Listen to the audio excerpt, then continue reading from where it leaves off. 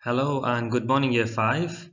I'm just going to go over this PowerPoint with you to show you your task today. So it's something slightly different to what we normally do.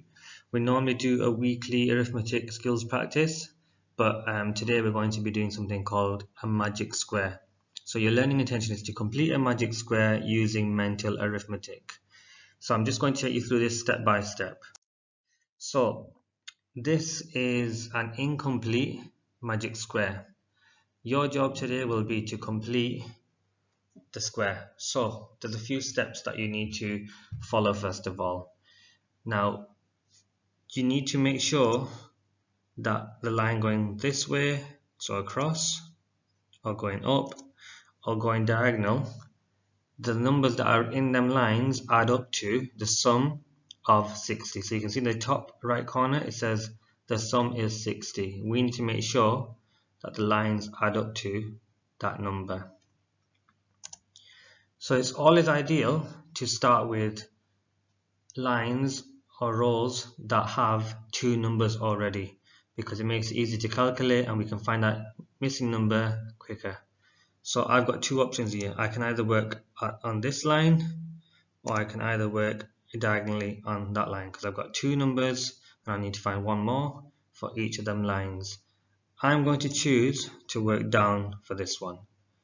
Alright, so there's a couple of steps now that you need to do to work out the missing number. I would add the two numbers that I have, so I've got 36 and I've got 20. That gives me a total of 56. Now I know that I need this line to equal 60 altogether, so what I would do there is I would do 60, take away my answer, which was 56, and that would give me an answer of 4, and that would go in that box there. So that is one line complete now, and that line adds up to 60.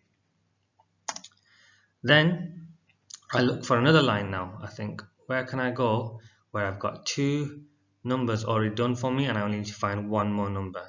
So this time I'll choose to go this way.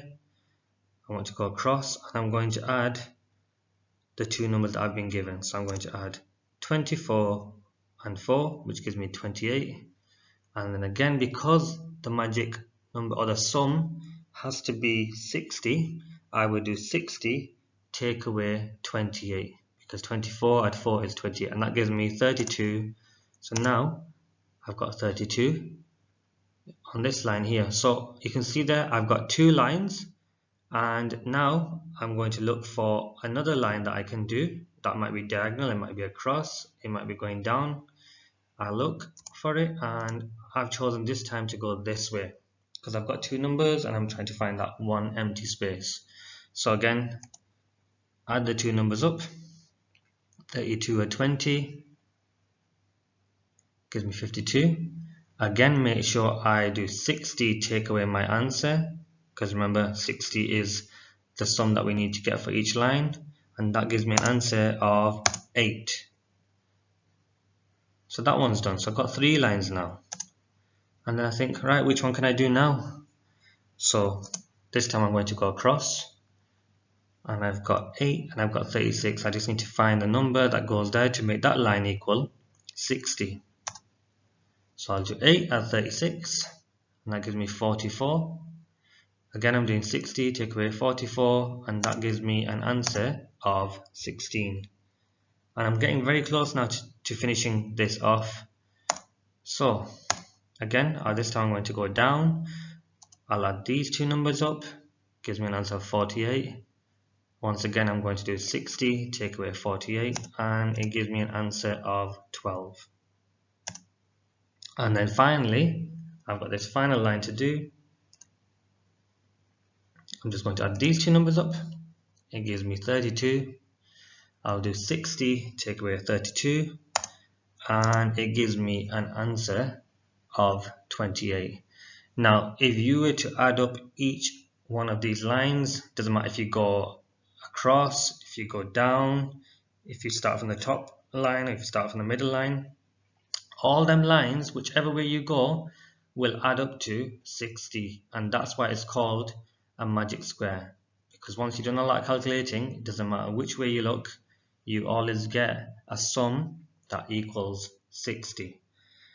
Now, for your task today, you've got different challenges. You've got a mile challenge, which is giving you something similar to what I just showed you, where it's 3 rows by 3 columns.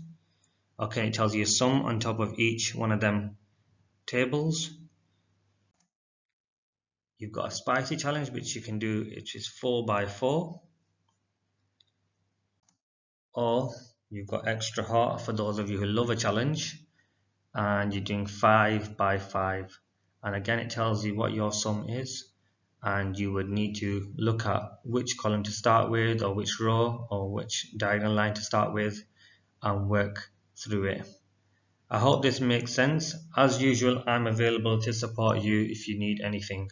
So make sure you message. I hope you have fun doing this activity. Have a great day. Bye.